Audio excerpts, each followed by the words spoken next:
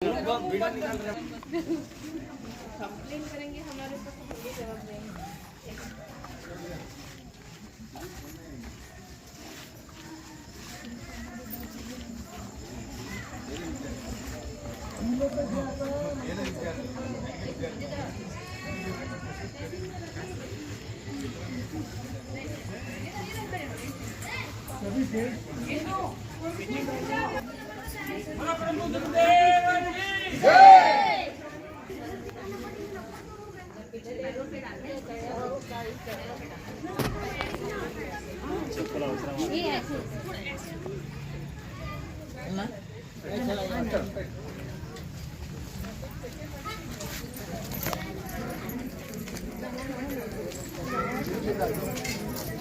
ऊपर नहीं डालना, नीचे फूल डालना।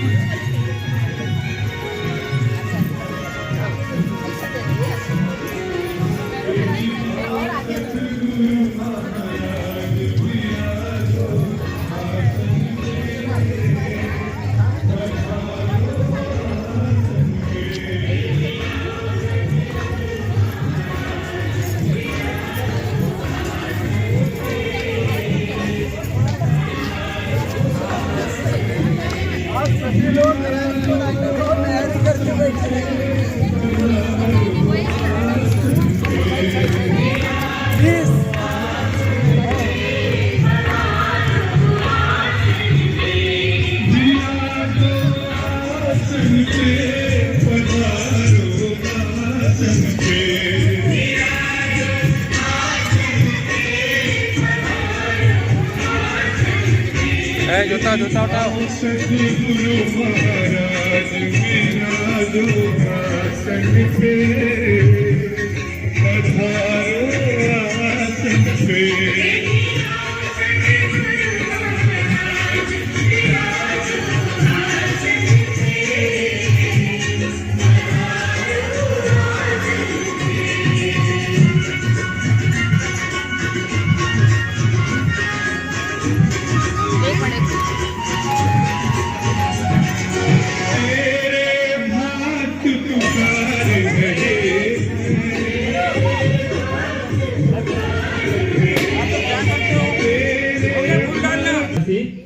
एक छोटा सा गुरुजी का पंचोपचार पूजन करेंगी। आप सबसे अनुरोध है अपनी ही जगह पे बैठे रहे। तो मैं बुलाना चाहूंगा श्रद्धा दीदी को और जिया जी को। एक छोटा सा गुरुजी का, बड़े गुरुजी का पादुका पूजन, पंचोपचार पूजन करे और पूजा प्रोग्राम की शुरुआत करे।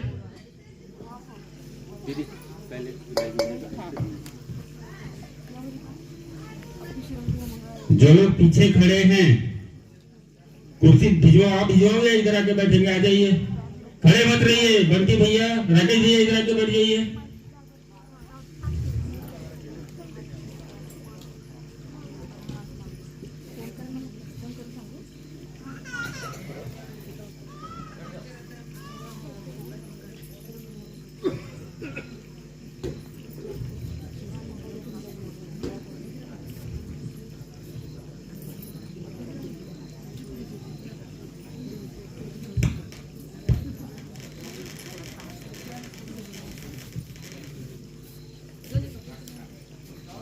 ऐसा है, आप लोग जानते हैं कि जैसे कुछ लोग हैदराबाद से, बाहर से आए हुए हैं, कुछ लोग घूम से आए हुए हैं, तो इसलिए हम सबसे पहले केक काटने का प्रोग्राम करेंगे पूजा के बाद। तो सभी से निवेदन है कि अपनी अपनी जगह पे ही बैठे। वीडियो लेना है तो हरि कृष्णा अन्ना और सुधीर भैया से संपर्क कर ले। प्रोग्राम का आनंद ले, मजे से ले।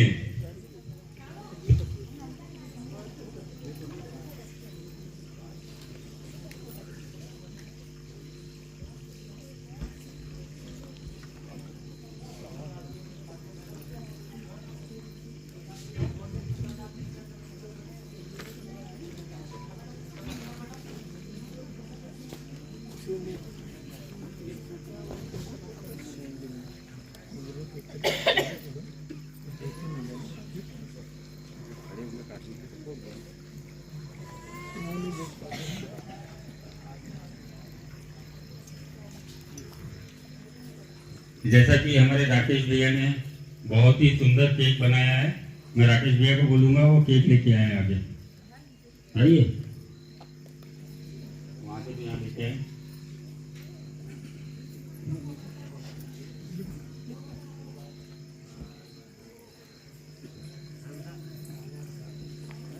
और अगर आप चाहते हैं गुरुजी को सुनना, प्रेम से सुनना, गुरुजी के कुंभ मेले के अनुभव या मथुरा के अनुभव, तो कृपया शांति से अपनी जगह बैठे रहें। खड़े होकर फोटो मत खींचिए और पैर पड़ने मत आइए। और मैं भी चाहता हूँ, मेरे आश्रमवासी भी चाहते हैं कि आज सिर्फ गुरुजी बोले, गुरुजी को सुने, नहीं तो मजबूरीवश मुझे सुनना पड़ेगा आपको। होते हुए बैठे हैं, बहुत अच्छे लग रहे हैं।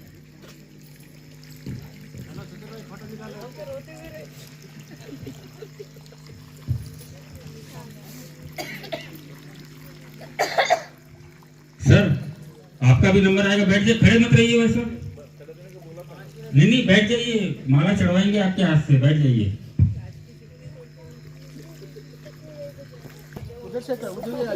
हाँ वहीं से हाथ लगा लीजिए एक दूसरे को।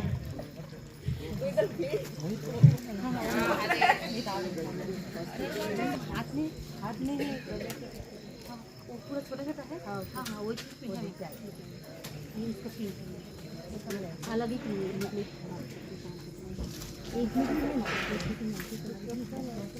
वो अच्छा है, बड़ा वो भी लेके छोटा छोटा भी इसमें करी देते हैं।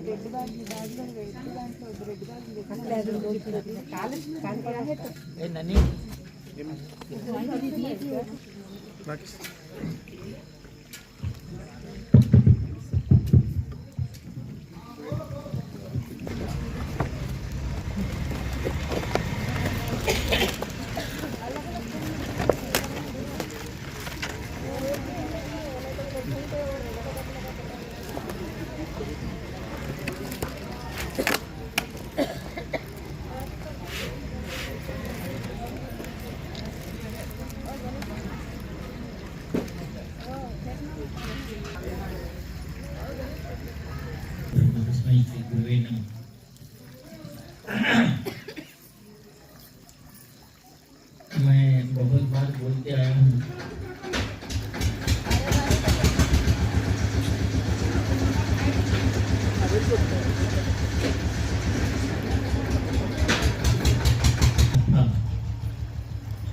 जन्मदिन कभी नहीं मनाया, जन्मदिन याद भी नहीं, जन्मदिन कब है ये भी याद नहीं रहता।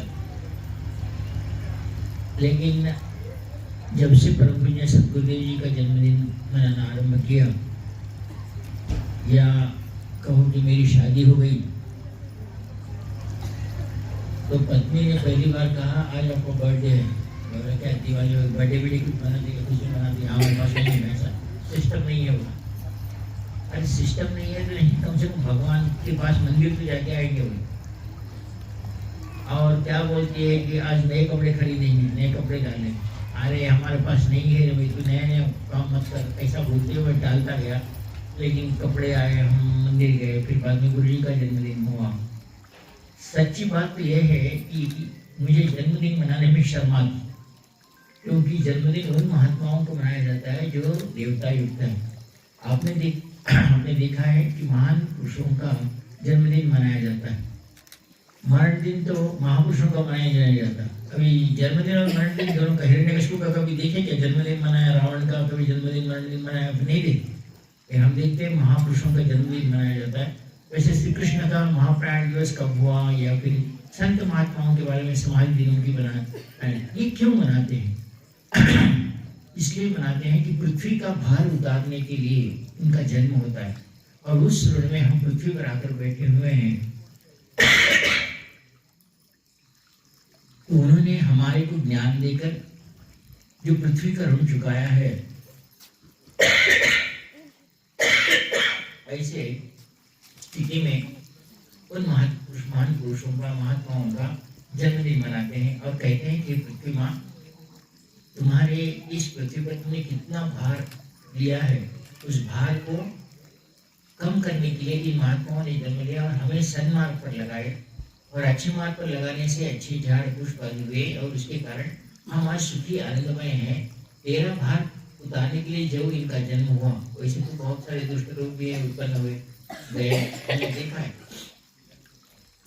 तो उन महात्माओं का हम जन्मदिन मनाते, अपना जन्मदिन हम मनाना अलग है, अपने बेटों का, अपने उनका, लेकिन जन्मदिन शिष्य मनाए वो सबसे बड़ा उत्सव है। सबसे महात्माओं के साथ अगर मैं कहता मेरा जन्मदिन मनाऊं तो ये मेरी मूर्खता है। क्या मैं अपने घर में मेरा दिन बनाए जो है, लेकिन तुम सबने इतना प्यार देते हुए जो जन्मदिन मनाया ना, ये मेरे लिए सबसे आनंददायक है और बहुत पसंद है। अब रही बात कि मैं इसमें इसके काबिल हुआ, ये गुरुजी ने मुझे किया कि आप मेरा जन्मदिन मना रहे हैं, मनाएंगे। जो भी हुआ ये गुरु कृपा से हुआ कि मेरा जन्मदिन आप मना रहे। मेरी ओर से आप सब लोग पृथ्वी का भार कम कर रहे हैं, नहीं कर रहे, तो इतना तो नहीं बोल सकता, लेकिन इतना जरूर बोल सकता हूँ कि हर क्षण गुरु कृपा से यही विचार करते रहता हूँ कि मेरे आश्रम वासियों को या मेरे पास आने वालों के चेहरे पर मैं मुस्कान कैसे देखूँ। तो कभी दुखी हो तो उनके दुख में भाग ले सकूँ, उनके दुख में, उनके अच्छी बुराइयों में खड़ा रह सकूँ, इतना सामर्थ्य मुझे प्रदान करो।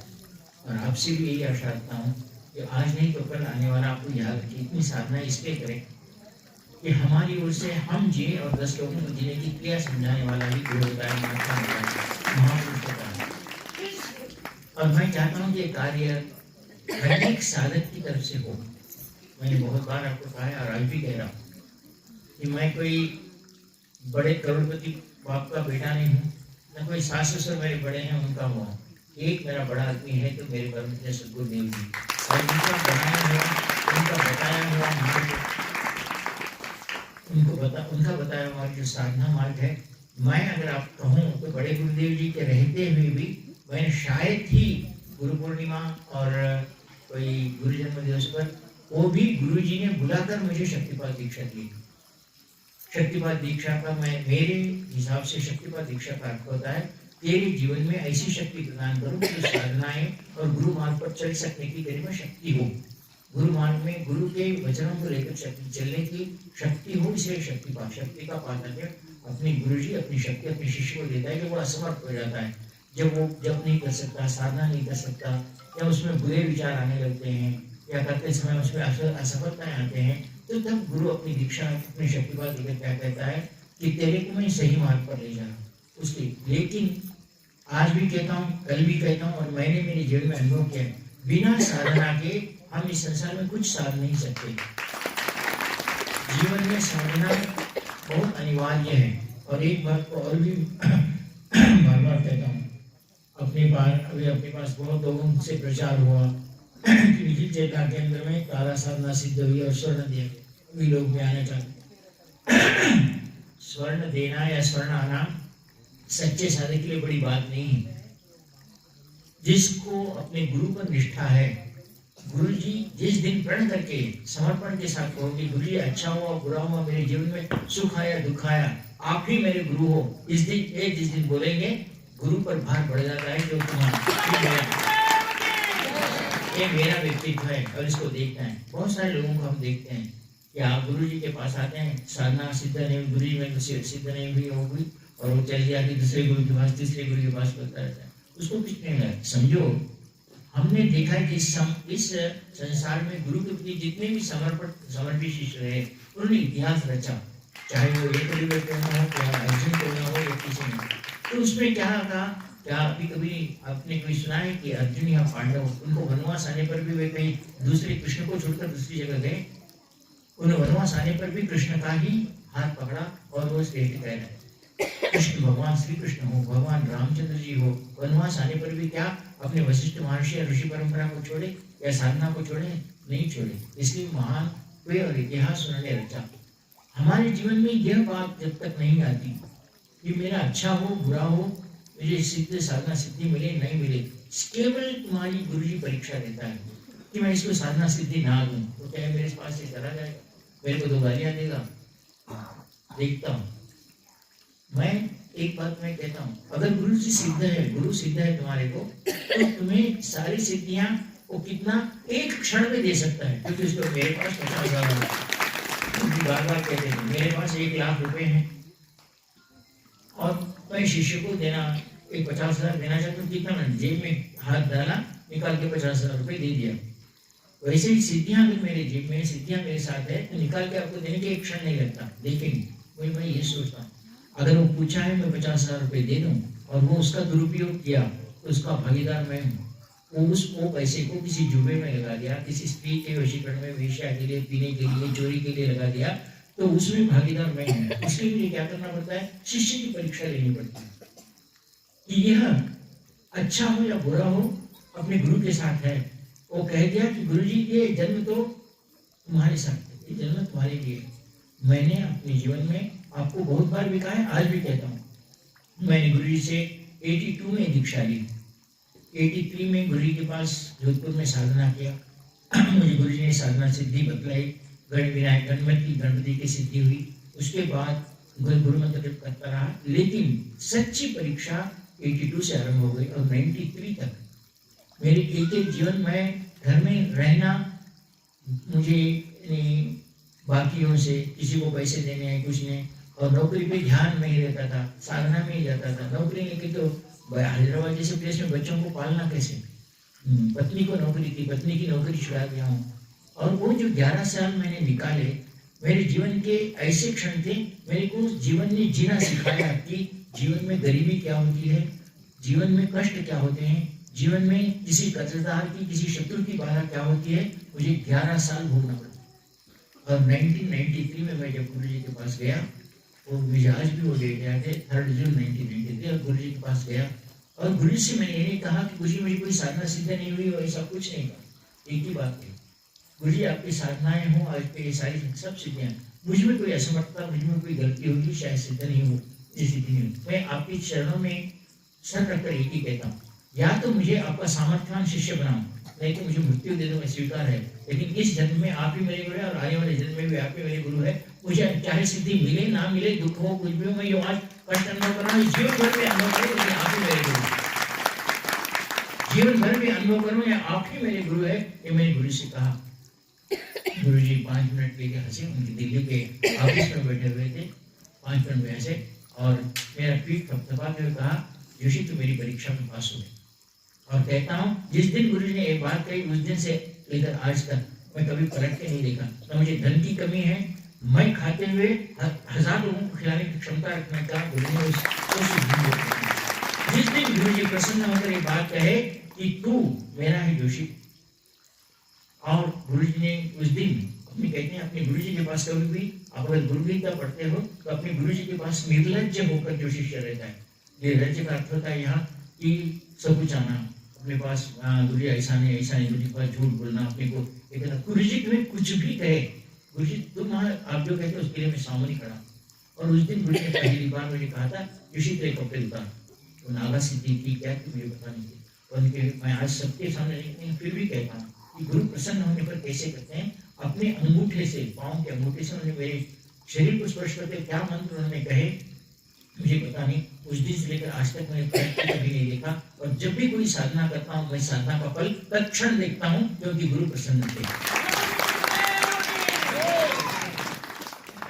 जब तक आप में ये भावना जागृत नहीं होती कि गुरु जी वैसे भी तो मरना, मैं कभी भी यही सोचता था, आपको छोड़ भी दिया, दूसरे गुरुओं के पास भी गया, तो भी मरना है मुझे, तो भी मुझे कपना है, क्यों ना आप पर विश्वास करके मर जाऊं, अच्छा है ना।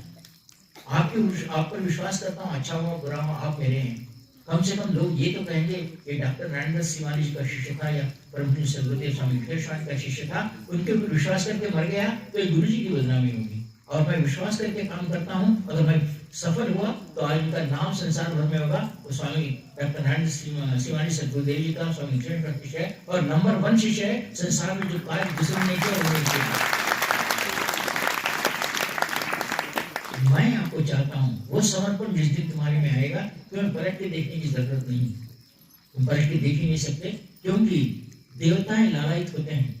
अगर गुरु प्रसन्न हो गए, गुरु प्रसन्न होकर ये कहें कि मैं तुझ पर प्रसन्न हूँ किसी शिष्य को कहते हैं, तो देवता कहते हैं कि उस शिष्य का जिस पर गुरु प्रसन्न है उस शिष्य के घर के सामने जाकर खड़े हो जाते हैं।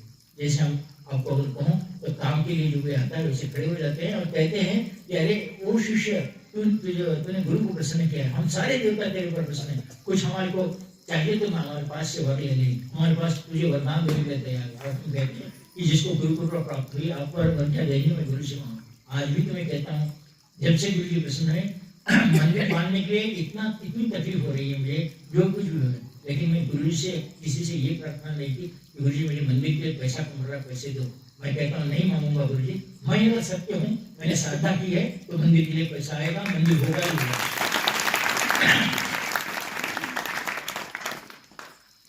मेरा भाई जिस दिन बीमार हो गया मुझे पता था, इसमें दो भाई मेरे दो भाई गए, मेरे से छोटे दो भाई भी गए, लेकिन कभी भी ये कहते रहा कि तुम्हारा समर्पण अगर उनके प्रति हो मुझे और कितना कष्ट देंगे मुझे। जो मेरा दाहिना हाथ था वो चल गया, आंखों में आंसू है, लेकिन गुरु जी को कभी इसका दोष नहीं दिया कि गुरु जी मैं आपका इतना सेवा करके भी मेरा भाई इतना करके भी चला गया।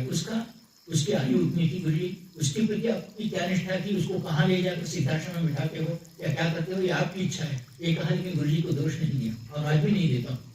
कहता हूँ कि आपके कार्य में मैं दखल देना नहीं चाहता, दुख तो मुझे भी हुआ, आपके सामने बैठा हूँ।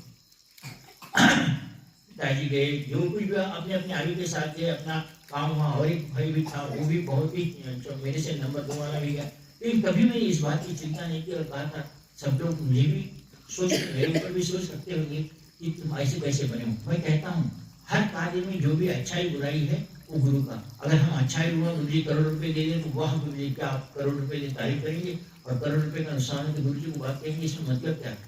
लेकिन जब तक आप समर्पण भाव से रहेंगे और जिस दिन गुरु जी आपको कहेंगे कि तू मेरा है, उस दिन सारे देवता, सारे स्वर्ग, सारा इंद्र सब तुम्हारे साथ है, तुम्हारे यह जो क्रिया है, इस सीखने की क्रिया जिस दिन हुई वो दिन हमारे जीवन में सबसे श्रेष्ठ है।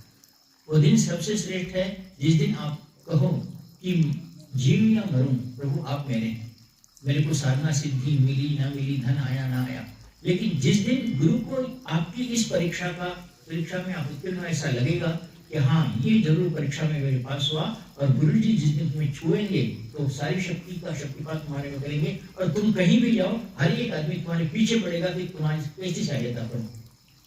आज भी आप कहते हैं लोग मेरे कहने से पहले आते हैं, चाहे मेरी गुरु पूर्णिमा हो, मेरे शिष्य ने गुरु जी ने उनमें प्रवेश किया है, मैं उनको छेड़ता हूँ या कुछ भी होता है, आज भी मेरी गुरु पूर्णिमा या मेरे कुछ भी कार्यक्रम में गुरु हर शिष्य में अंदर घुसकर कहते हैं कि गुरु जी हमारा क्या कर्तव्य है, हम क्या करेंगे, मेरे बोलने से पहले आकर कहते हैं। इससे बड़ा भाग्य मेरे लिए क्या हो सकता है।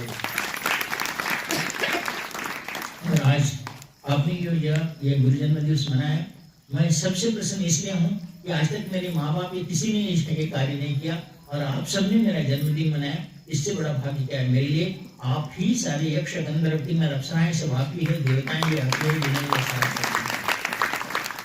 मैं और कहीं नहीं देखता। मैं अभी कोई आकर मुझे पूछे कि कहते हैं कि गुरु जी अप्सरा सिद्धि कैसे होती है, मैं मेरे पास सब अप्सराएं आश्रम में आके आप देख सकते हैं, सभी लोग एक से बढ़कर और अप्सराएं मेरी सेवा में रहते हैं, और इससे बढ़कर क्या कहते हैं। तो मेरा कहने का मतलब हमारी सेवा करने वाले हो उनको क्या वो देवताओं से कम है।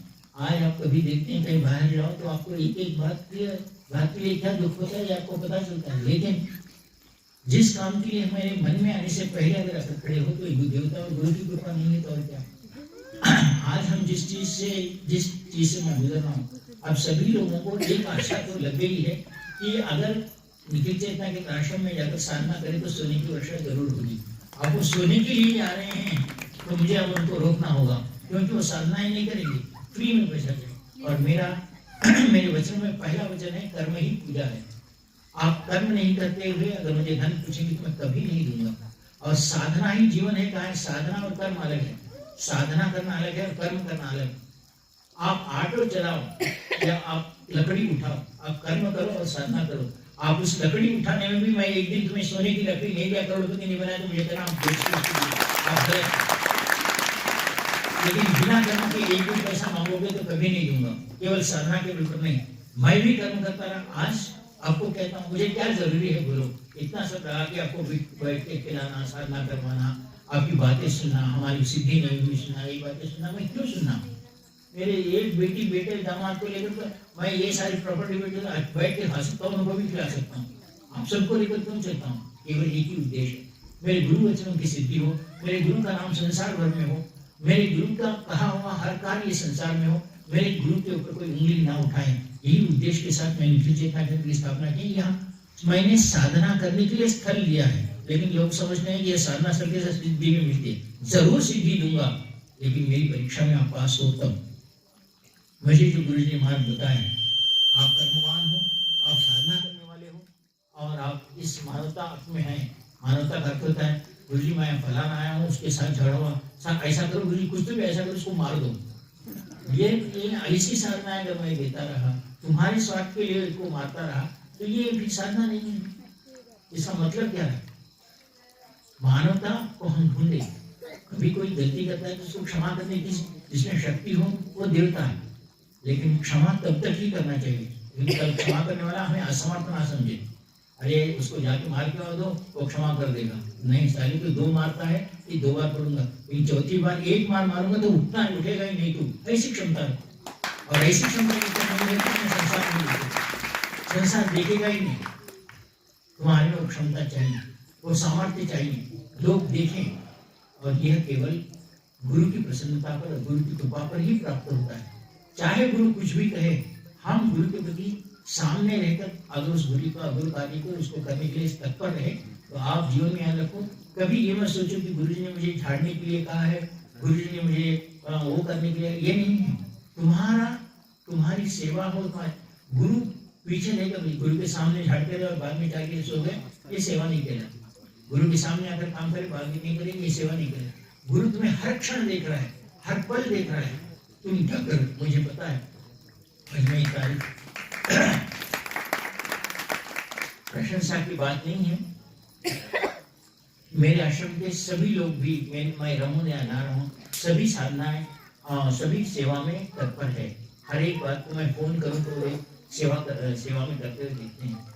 कभी कभी आपको मैं देखता हूँ, आपने हमारे कर्नाटक के बेंगलुरु के आदित्य को देखा है, कैसे कपड़े, वो उसका अगर घर तो उसको बड़ा करोड़ रुपए का घर है बेंगलुरु में, उसके भाई का, उसका खेती है, सब कुछ है, वो चाहे तो कुछ भी कर सकता है। लेकिन मैं देखता हूँ कभी 1 मिनट आपको ऐसा नहीं दिखेगा कि कोई काम नहीं कर रहा, कुछ न कुछ झाड़ेगा, पत्थर तो उठाएगा, कुछ न कुछ झाड़ेगा। मैं उसकी तारीफ नहीं कर रहा हूँ, वो करते रहते हुए दिखता है कि वो ऐसा क्यों कर रहा है, ऐसा क्यों कह रहा हूँ कि वो मुझे दिखे या ना दिखे, वो कभी नहीं दिखेगा, दिखेगा तो उसने कुछ काम करते ही दिखेगा है। उसके बाद भी बुरा मैं ही नहीं कहता, उसकी तारीफ कर रहा हूँ, उसमें बुराइयां हैं, और वो बुराइयां भी मैं जानता हूँ क्या बुराइयां हैं। इन सारी के होते हुए भी जो मन से अपनी गुरु सेवा करता है, गुरु जी आप कहो ना, मैं मन आपके लिए प्राण देने के लिए तैयार हूँ, आप एक बार कह कर तो देखो, ऐसा बोलने वाला शिष्य हमने देखा। गुरु जी ने, मैं आपको एक बार बताया था, गुरु जी के एक शिष्य थे, वो शिष्य गुरु जी के साथ 3 साल घूमती। गुरु जी से जब स्वामी निखिल स्वामी जी थे, मधुश्रवा उनका नाम था, तो 3 साल गुरु जी के सामने, गुरु जी के सारे शिष्यों के साथ वो भी जाते खड़े रहते। गुरु जी सभी से बात करते थे, लेकिन उसे एक आदमी से बात नहीं करते, बात ही नहीं करते। सभी शिष्य करते हैं, काहे को हमारे पीछे घूम रहा है, गुरु जी तेरे चाहते हैं मानते हैं, तुम्हें हमारे पीछे घूम रहा है, तुझे क्या है? वो कुछ नहीं कहता था। गुरु जी जैसा जाते, गुरु जी की धूल लगा रहता था। गुरु जी के जाते समय गुरु जी के रास्ते में कुछ पेड़ पौधे कुछ पड़े हैं, ऐसा देखता था। 3 साल गुरु जी उसको तरफ देखने वाले तो अपनी सेवा में पड़ा रहा। 3 साल के बाद एक बार पहाड़ पर सब लोग बैठे थे और सारे शिष्य उसको बातें करते थे, बेकार का शिष्य, ये क्या काम नहीं, गुरु जी इसको चाहते ही नहीं, फिर भी आके गुरु जी चिपक जाता है, ऐसा कहने वाले।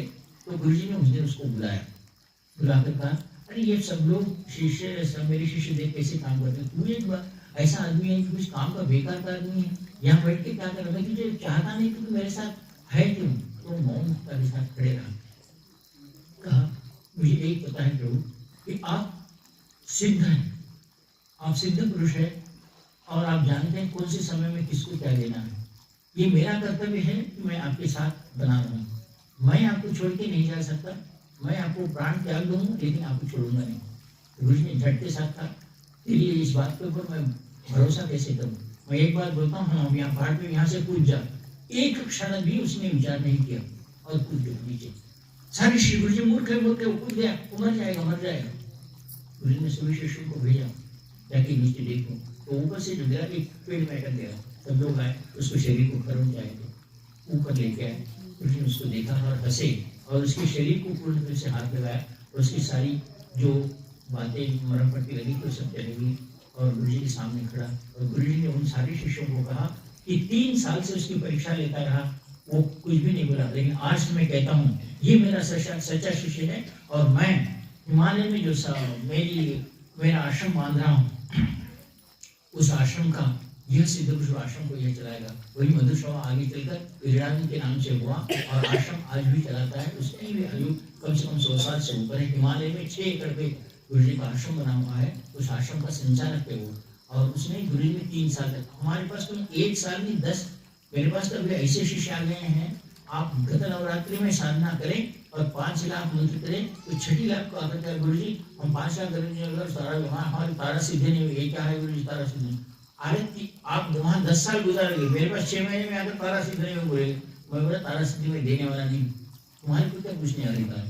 मेरी इच्छा है तो दूंगा, नहीं तो नहीं, मेरे पास है। मैं उनको सभी को मेरे मुंह से कह रहा हूँ, मेरे पास कोई सिद्धियां मत है। ये सिर्फ चेतना केंद्र मैंने साधना करने के लिए बांधा, सिद्धियां लेने के लिए नहीं बांधा। लेकिन मैं तुम्हें कहता हूँ, जो मेरी परीक्षा में सिद्ध हुआ उसके जीवन के आकर्षण से यही जन्म 7 जन्मों तक उसका साथ दूंगा। मैंने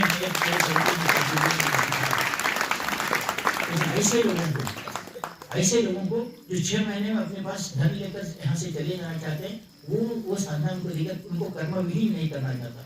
उनको साधना से एक बार साधना की धन आ गया तो साधना छोड़ दे। गुरु जी ने अपनी स्वयं तारा के पुस्तक में लिखा है। गुरु जी ने एक तो तारा सिद्धि दी थी, वो गया वन में 4-5 बंगले लखनऊ में खरीदा और सब किया और गुरु जी को भूल गया। और 2 मिनट में उसके जब गुरु जी गए तो देखा तो उसने उसका दुरुपयोग करना शुरू कर दिया। वो सारी संपत्ति जो उसके पास थी, फिर रोड पे आया, फिर गुरु जी के पास गया, गुरु जी गाली नहीं कर पाते। ऐसी ही कर्म पिशाच की सिद्धि के बारे में कहा जाता है कि गुरु जी ने एक कर्म पिशाच की सिद्धि दी। वो मुंबई में इतना अपने बड़े होटल में बैठा था, उसको एक समय मिलने के लिए गुरु जी के पास जाने और एक समय मिलकर कोई प्रश्न पूछने के लिए 1 लाख रुपए देता था। उसके बाद लाइन रहती थी उसके पास कर्म पिशाच की सिद्धि के।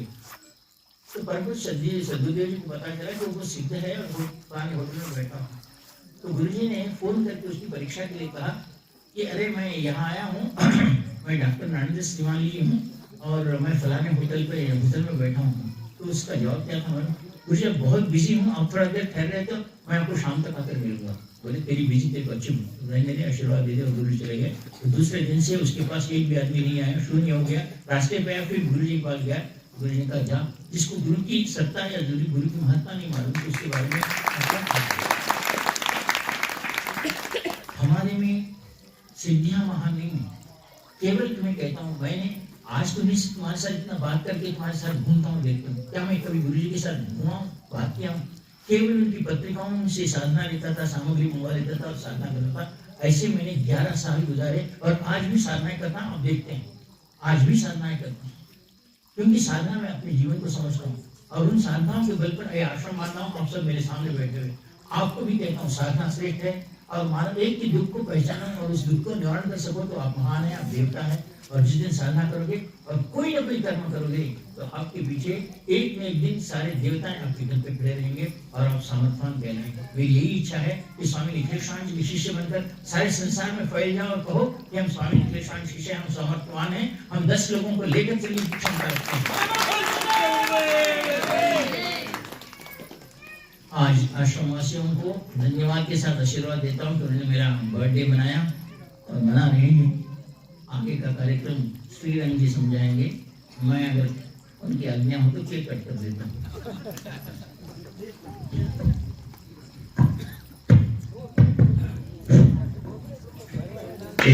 एक मिनट गुरु जी, पीछे घूमो, ऊपर घूमो, पीछे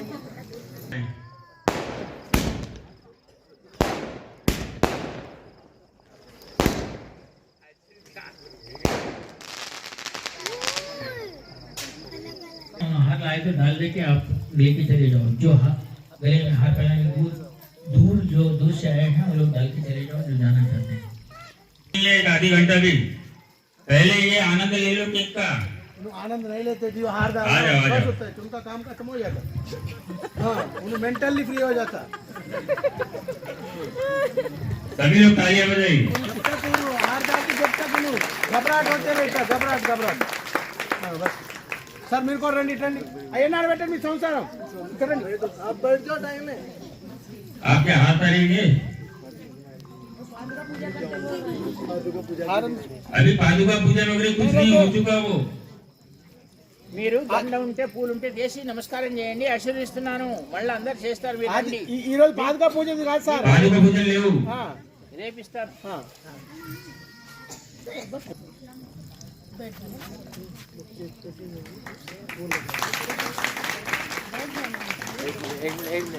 तो जैसा कि हमने देखा अभी तक 20 साल से तो मैं देख रहा हूँ पिछले हर जन्मोत्सव पे गुरु जी सबसे पहले हमें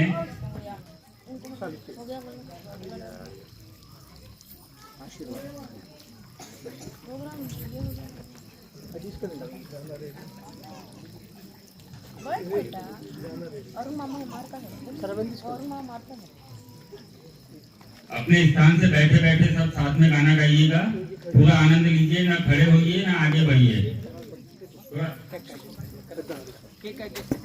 సార్ ఇక్కడ ఇచ్చేయండి మీరు అవన్నీ తీసుకోండి మీరు కొంత తీసుకోండి మీరు వెళ్ళండి మీరు ప్లేస్లో కూర్చోండి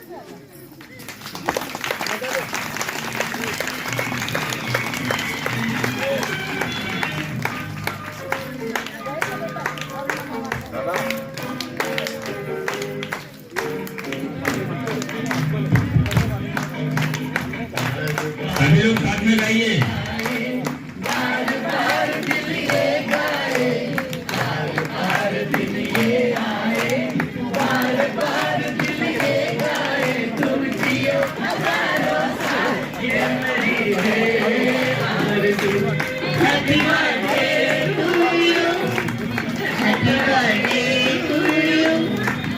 Happy birthday to Guruji.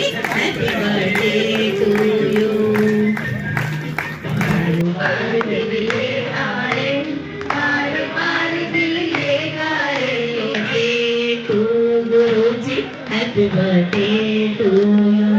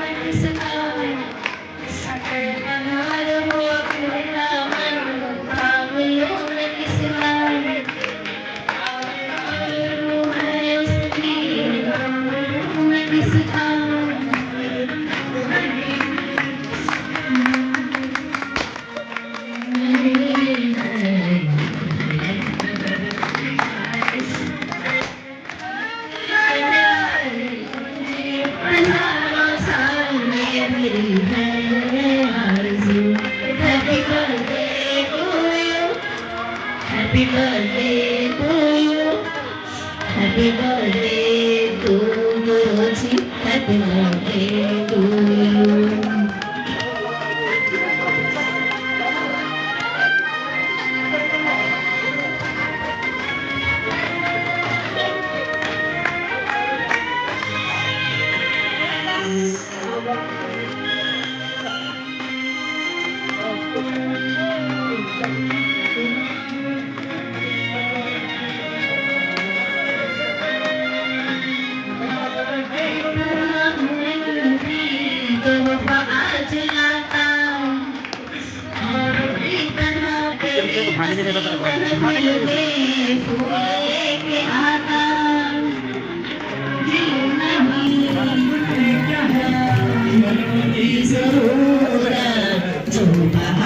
खुद कहलाए हर गले का दिल धड़काए तुझे हजारों साल ये मेरी है आरज़ू हैप्पी बर्थडे टू यू। कीजिए। वीणा भाभी ऐसे बीच में आ जाना।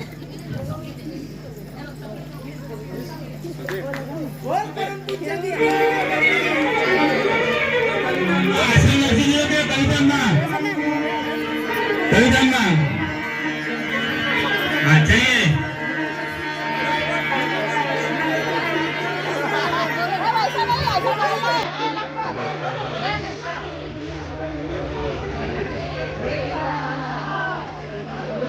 ये सबकी भावना है तुम्हें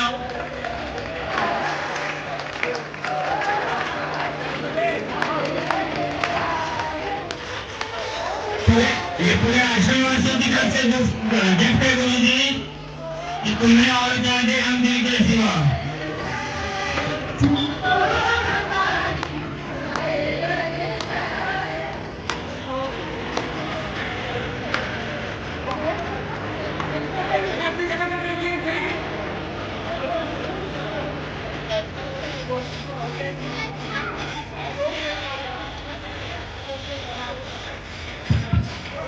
जीता हो गया अपनी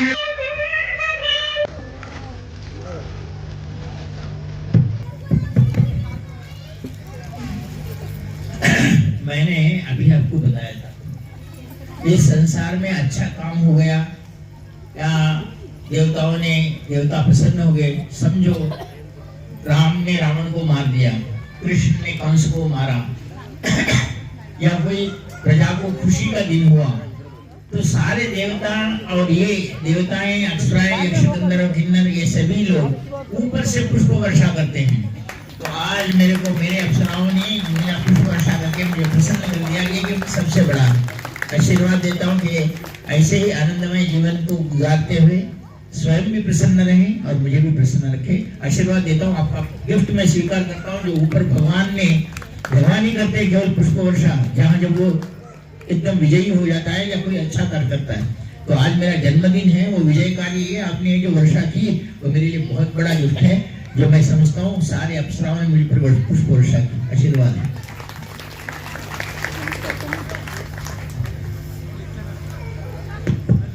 जैसे केक का प्रोग्राम हो गया है और अब कुक का प्रोग्राम है। आश्रमवासी तो इंतजार कर सकते हैं ना?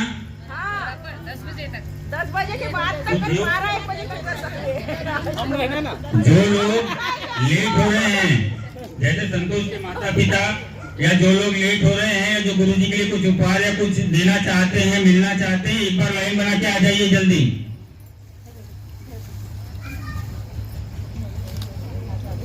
जो भी उधर से आइए, जो भी मिलना चाहते हैं, पैर नहीं पड़ने आना।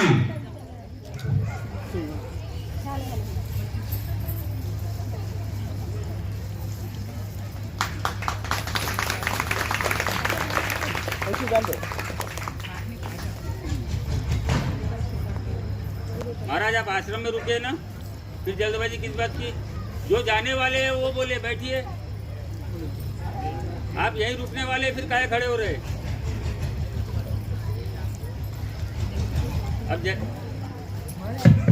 जैसे हम हर बार देखते हैं, गुरुजी हमारा मन रखते हैं, गुरुजी हमारा ध्यान रखते हैं और गुरुजी हमारी हर इच्छा पूरी करते हैं। तो हम आश्रमवासी आज चाहते हैं कि आज सब बैठे रहें और गुरुजी को वो अनुभूति होने दें, क्योंकि 2 दिन पहले ही जैसे 19, 20, 21 का प्रोग्राम होता है। 19 तो गुरुजी की शादी की सालगिरह है।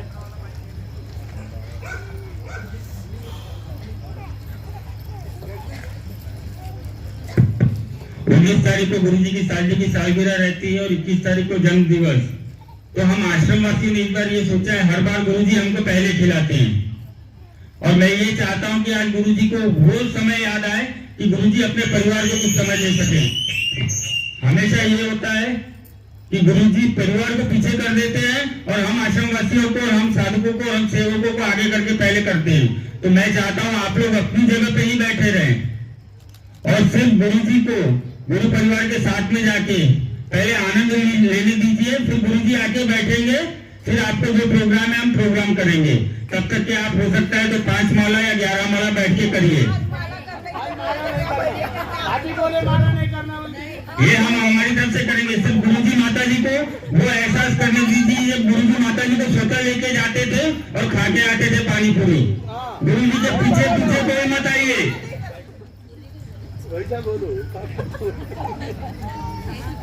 बचपन से लेकर आज तक श्रीरंग जैसा कहता मन, अगर आप मुझे प्रसन्न देखना चाहते हैं तो आप खाते हुए मैं देखता हूँ तो मुझे आनंद होता है, मेरे को सबसे बड़ा आनंद है। तो पहले मैं बोलता हूँ, हमको प्रसन्न देखना चाहते हैं तो आप खाएंगे, हम देखेंगे। तो मैं चाहता हूँ कि आप खाइए, मैं देखता हूँ, मैं भी आपके साथ खाता हूँ, तो ये वो आनंद है, दोनों भी एक बार आप बोलिए क्या देखना चाहते हैं। पहले गुरुजी खाएंगे, उसके बाद अपन खाएंगे। उसके बाद पहले आप खाएंगे। अरे यार मैं एक बात बोलता हूँ, सुनो। कोई अरे मैं बात बोलता हूँ, सुनो। आज दिन हमारा है, आज हम जो मैं खाना खाया, नजर लग जाएगी, मेरी इंडाइजेशन हो जाएगा। वो सारी नजर हम ले लेंगे। जितने लोगों की नजर लग जाएगी मुझे, आप खा लो, मैं खाता हूँ आपके सामने। अभी मैं राकेश को और इसको कहता हूँ कि मेरे लिए कोई स्पेशल वस्तु लाके मेरे सामने रख दे, मैं खाता हूँ, बाद में उन सभी को खाते हुए देखता हूँ, आनंद हम ले लेंगे, सभी लोग लेंगे। आप जो भी है मेरे लिए वस्तु ला लो, मेरे को, हमारे घर वालों को, मैं तुम्हारे सामने ही खाता हूँ और आप बाद में आप लोग खाओ, तो ये खाते हुए जो मजा ले लेंगे वो बात अलग है। लेके आओ, मैं खाता हूँ। गुरुजी एक छोटी सी रिक्वेस्ट है, गुरुजी हमको खिलाते ही खिलाते आए हैं, सिर्फ आज एक इच्छा है कि सब बैठे रहेंगे, गुरुजी माता जी को लेके एक चक्कर तो भी लगा के आएंगे स्टॉल का। आज सिर्फ सब यहीं बैठे रहेंगे, पीछे कोई नहीं जाएगा। दीदी, जिया जी, गुरुजी माता, हाँ मैं इसमें निवेदन करूंगा कि एक जो आश्रम की लेडीज है, वनिता भाभी, ज्योति भाभी, निशा, ये जाके गुरुजी माता जी की वहाँ स्टॉल पे खड़े हो जाएं। जाइए, आप लोग यहीं बैठे रहिए, तब तक के एक भजन या गाना बना के बजा के आनंद लीजिए। आप भजन लगा लो ना, एक भजन बजाइए, अच्छा गाना लगाओ अनिल भैया। दीदी कोई भी आश्रम भाषा नहीं जाना उधर बस। मैं पीछे पीछे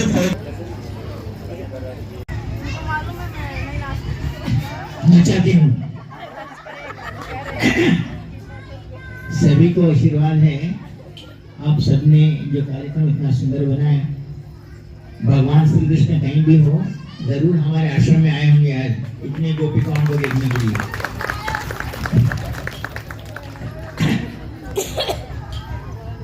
मैं यही आनंद हम हर साल, हर वर्ष, हर दिन, हर पल आश्रम में बांट ले, ऐसे ही गुरु चरणों में प्रार्थना करता हूँ। आप सभी लोग और भी इच्छा रखते हो तो हमारी स्वेच्छा से लेकर एक गाना और हो जाए, स्वेच्छा करेगी। శోభా వేడ వాడ మనమరాలు చిన్న చిన్న పిల్లలు వాళ్ళు ఒక పాట మీద చేస్తారు. ఎక్కడున్నారు?